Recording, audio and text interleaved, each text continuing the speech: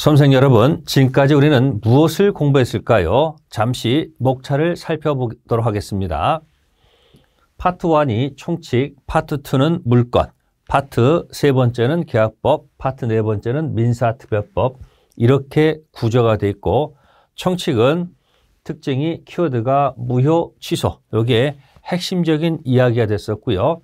물건법 내용은 당연히 점유권부터 소유권, 용익물권, 담보물권, 그래서 우리가 물건법까지 사실은 공부를 했고요. 이제 오늘 들어갈 내용은 계약법입니다. 그래서 계약법은 총론과 강론으로 구별되고 특별법은 각각 이렇게 정해져 있습니다. 그러면 우리 민법의 포인트는 바로 앞에서 여러분들이 봤던 마찬가지로 매매를 통해서 성립했고 유효를 통해서 등기에서 소유권, 이 과정을 공부하는 것이 바로 정상적인 코스죠.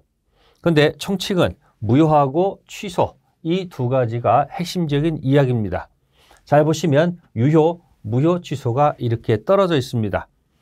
이런 이 일반 구조가 있을 때 우리가 이렇게 고치면 됩니다. 계약법이 올라가고 총칙, 물건, 민사특별법 이런 순서를 갖게 되면 민법의 논리 구조가 들어선다라고 이미 설명을 드렸습니다. 계약법은 유효를 핵심적인 내용으로 하는 것이죠. 등기에서 소유권 취득하는 것. 그러면 이 정상적 과정에 이 총칙은 고장난 모습, 분쟁이 생겼을 때 무효, 취소. 취소는 재착사강이란 말을 쓴 적이 있고 나머지 건 무효 사유다. 그리고 등기에 소유권 취득하는데 분쟁이 생겼습니다. 혹시 미등기 매수인 중간 생략 등기. 이런 것들이 논리 구조로 들어갑니다. 순서만 바꾸면 자연스럽게 여러분들은 논리 구조로 형성이 된다는 이 사실을 기억하시면 되고요. 그래서 계약법 자세히 보게 되면 우리는 지금 계약법 총론 들어간다 이야기입니다. 그러면 총론에서 첫 번째가 205페이지에 계약 일반, 계약의 의의부터 살펴봅니다. 그러면 글자를 있는 그대로 한번 보도록 할까요? 계약이라고 되어 있네요. 글자를 보세요. 이게 한자이기 때문에 개는 맺을 개자고 약은 약속입니다. 약속을 맺는 것, 이걸 우리가 다른 말로 합의라고 하지요. 합의 뜻은 합치했다, 의사 표시가 합치했다. 그래서 여러분들이 총칙에서 의사와 표시가 불일치이거나 하자가 있을 때 불일치가 진통착, 진이 아닌 의사표시, 비진이 표시입니다. 통정의 표시, 착오, 그 다음에 하자 있는 것이 사기, 강박. 이런 것들을 우리가 앞에서 공부했고요. 합의, 근데 도대체 무엇을 합의하느냐 이야기입니다. 계약을 맺었다면 무엇을 합의했는가 하는 내용은 매매교환 임대차 같은 경우는 계약을 맺으면 서로 채권 발생을 목적으로 한 합의다라고 보시면 되고요. 그 다음에 우리가 소유권 이전한다든지 지상권, 전세권, 저당권 설정하는 것, 이것은 물권 변동을 목적으로 한 합의다라고 보시면 되고, 그 다음에 혼이라든지 입양 같은 경우는 가족관계를 만드는 합의라고 보시면 되죠. 따라서 이 채권 발생을 목적으로 한다 그럴 때는 채권 계약, 물권 변동 합의는 물권 계약, 이거는 가족법상 계약. 그래서 이렇게 합의가 있으면 계약이라고 보는 것을 우리가 넓은 의미의 계약, 광의 계약이라는 말을 쓰고요. 이 중에서 딱 하나만 집어서 채권 발생을 목적으로 한 채권 계약을 협의의 계약, 이렇게 설명하기도 합니다. 그러면 우리는 포인트가 이 채권 계약에 포인트가 있는 것이지 지금은 물권, 가족법상 계약을 이야기하는 것은 아니라는 거죠. 그럼 이제 두 번째 파트가 계약과 약관이라는 말이 있습니다. 약관이란 말은 혹시 여러분들이 보험 계약을 체결해 보신 적이 있을 것이고 또 은행 가서 또 계좌 개설하면서 계약을 맺는 경우가 있을 겁니다. 그래서 하나생명, 우리은행에서 이렇게 미리 작성한 계약조항을 다수 불특정 다수인에게 제시를 하죠. 그러면 여기 하나생명, 우리은행은 사업자, 그리고 이건 미리 작성한 계약 내용, 이게 바로 약관이 되겠죠. 이렇게 고객한테 들이대죠. 이때 잘 보시면 미리 작성된 계약 내용은 아무래도 누구한테 유리하게, 사업자한테 유리하게 아마도 작성됐을 것이다, 그런 얘기예요. 그러면 약관의 뜻이 뭐냐? 이렇게 설명할 수 있겠네요. 계약 한쪽 당사자, 사업자 측에서 여러 명의 상대방과 계속적 반복적으로 체결할 것을 예정하고, 어차피 계속 반복해서 계약할 거 아닙니까? 따라서 이런 것을 예상해서 미리 작성해둔 계약 내용 또는 미리 작성해둔 계약 조항, 이렇게 생각하시면 됩니다. 그럼 이쪽은 강자고, 요 고객은, 소비자는 약자가 되죠. 결국은 이 계약 조항은 아무래도 강자한테 유리하게끔 되어 있으니까 약자 입장에서는 좀 공정하지 않을 겁니다.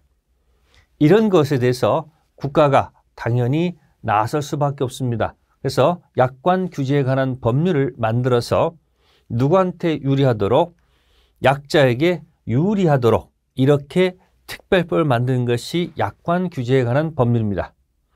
그래서 약관 규제에 관한 법률을 한번 살펴보도록 하겠습니다. 그러면 약관이 계약의 내용으로 편입되기 위한 요건이 하나가 있는데, 그것이 바로 약관의 중요한 내용을 고객한테 명시 설명할 의무가 있다, 그런 얘기입니다. 다시, 지금 고객에게 뭐한다? 명시 설명할 의무가 있다. 이 설명 의무에 대해서 고객이 뭐 했을 때? 동의했을 때 비로소 그 약관이 계약의 내용으로 편입이 된다, 이야기입니다. 따라서 설명 의무하지 않고 그냥 고객이 사인했다 하더라도 약관은 계약의 내용으로 들어갈 수가 없다. 만약 설명 의무를 위반하게 되면 해당 약관을 계약의 내용으로 주장할 수 없다는 것. 다만 설명 의무 면제가 되는 경우가 있다. 설명 의무 면제가 되는 경우가 있습니다. 몇 가지 보겠습니다. 일반적이고 공통된 것, 별도 설명 없이도 충분히 예상할 수 있었던 사항은 설명 의무 면제될 것이고, 또는 이미 법령에 의하여 정해진 것을 되풀이하거나 부연적으로 설명하는 정도에 불과한 사항, 보험계약자나 그 대리인이 이미 그 내용을 충분히 잘 알고 있는 경우, 어느 약관 조항이 당사자 사이의 약정 취지를 명백히 하기 위한 확인적 규정, 여기 확인적 규정, 이런 것들은 설명 의무가 면제된다는 것. 자, 한번 참고해 보도록 되고요. 다음에 약관의 해석 방법입니다. 간단하죠? 약자, 누구한테? 고객에게 유리하도록 해석할 겁니다. 약관은 우리가 미리 작성해둔 계약 조항. 그러면 첫 번째, 개발 약정 우선의 원칙. 이게 무슨 말이냐면, 자, 약관 조항이 있는데 이 약관 조항과 다르게 당사자 합의했다는 거죠. 개별적 합의를 하게 되면 당연히 합의사항이 약관보다 우선한다는 원칙. 객관적 통일적 해석의 원칙, 공정 해석하는데 고객에 따라 다르게 해석해서는 안 된다는 얘기고요. 작성자 불이익의 원칙. 누가 작성했습니까? 사업자가 작성했으니까 고객한테 유리하게끔. 따라서 약관의 뜻이 명백하지 않으면 소비자한테 유리한 얘기는 약관 작성자에게 불리하게 해석한다는 이야기가 됩니다. 그 다음에 약관의 일부 조항이 무용경했습니다. 원래 민법상 우리가 총칙에서 일부 무효가 되면 원칙 전부 무효, 예외 나머지 유효. 원칙을 먼저 기억해야 됩니다. 민법상 일부 무효는 원칙 전부 무효, 예외 나머지 유효. 근데 약관 중 일부 조항이 무효일 때는 이게 뒤바뀌어 있습니다.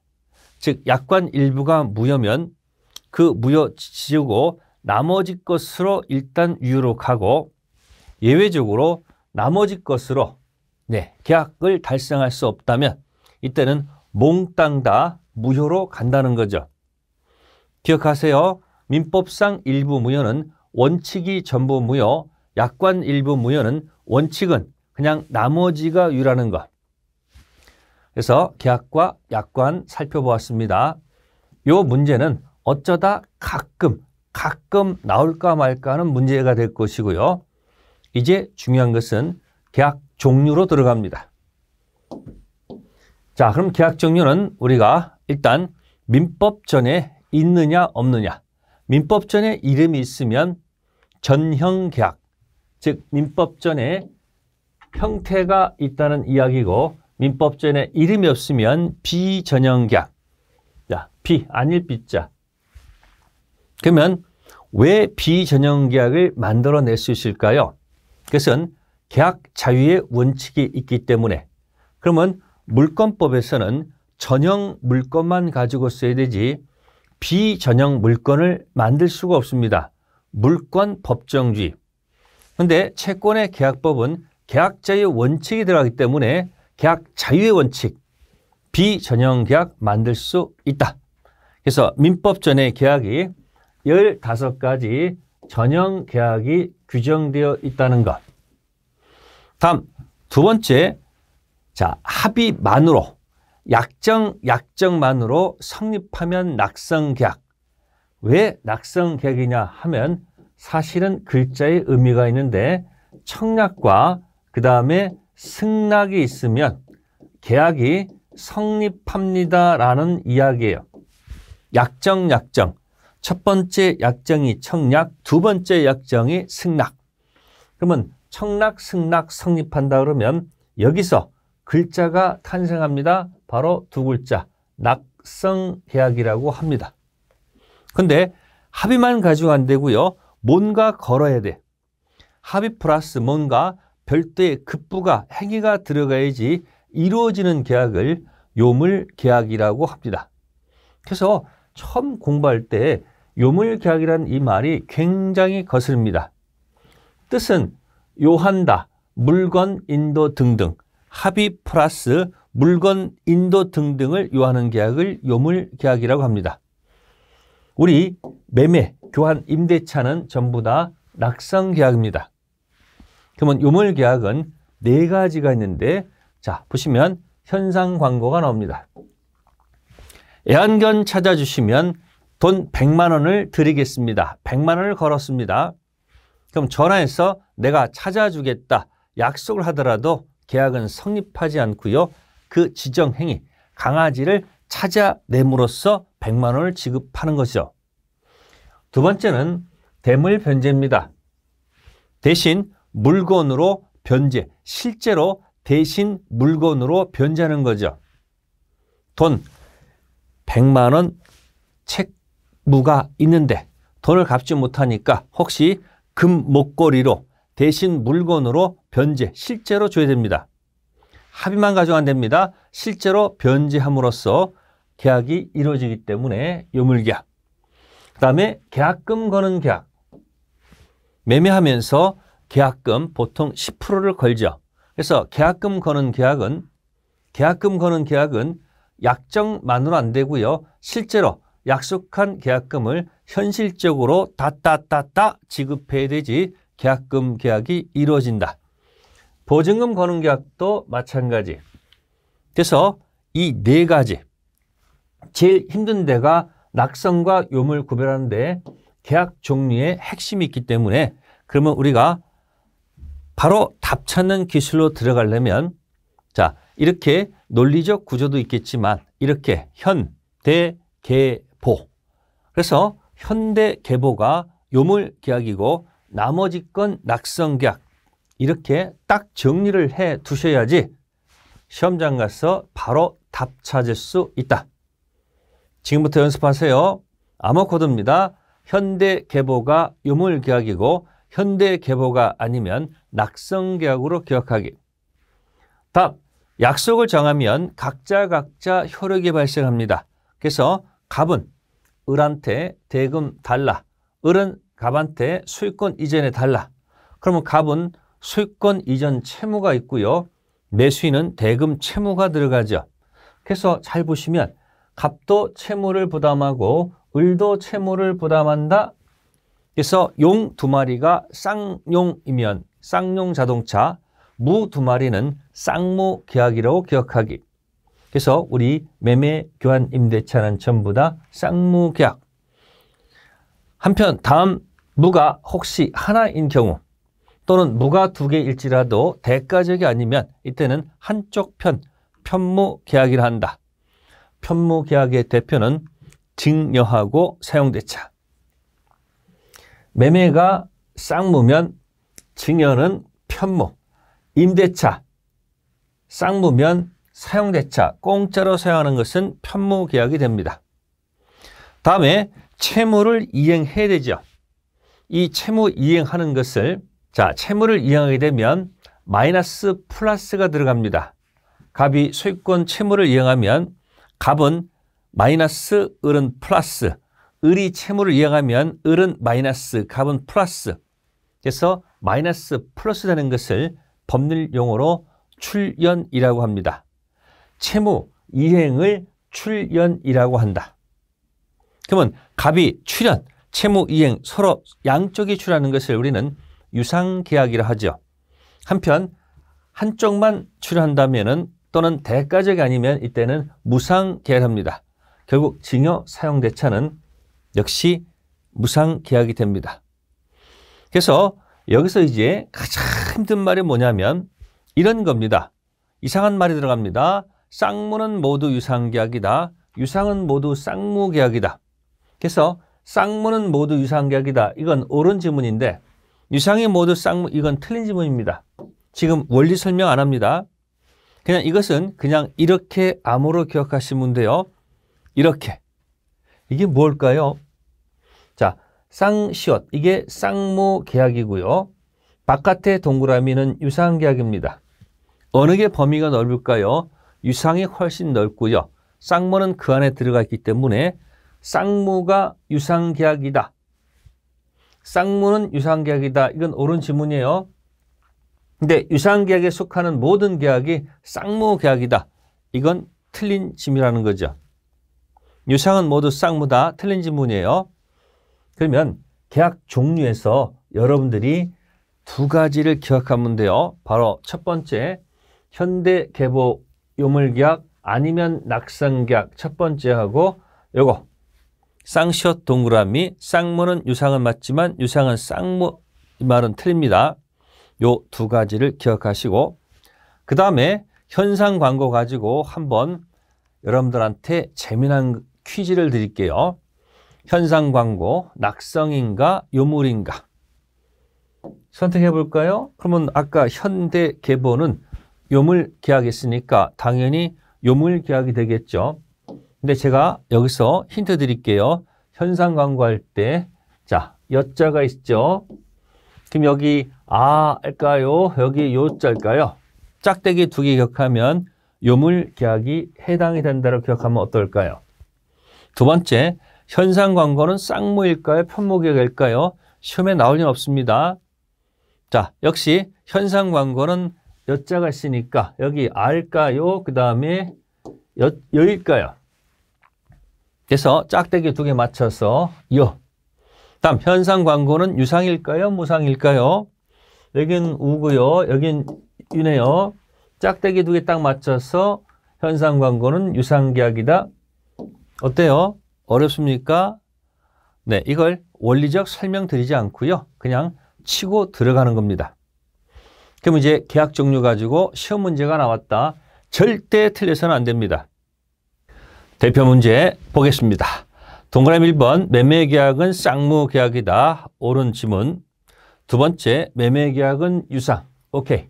근데 요물이란 말은 틀렸습니다. 기억하십니까? 현상 광고 예안견 찾아주면 100만 원 드리겠다.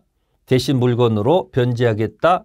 계약금 거는 계약, 보증금 거는 계약. 그래서 현대계보가 요물계약이고 현대계보 아니면 낙성이니까 매매는 요물 쓰면 틀렸고요. 세 번째, 전형계약 중 쌍무계약은 모두 유상계약이다. 뭐가 기억나십니까? 바로 이 표. 네 번째 질문은 틀렸습니다. 유상은 모두 쌍무다 틀렸고 다섯 번째, 교환이 요물이라는 말 썼습니다. 왜 틀렸습니까? 현대계보 아니면 낙성으로 기억하시면 돼요. 답, 6번째입니다. 교환계약은 낙성, 쌍무계약, 옳은 지문이고요. 증여는 무상 오케이. 근데 요식이 아니고 뭐다? 불요식계약입니다. 우리 시험범위에 있는 매매교환 임대차는 전부 다 요식계약이 아니고 불요식계약임을 여러분들이 기억해 주시기 바랍니다.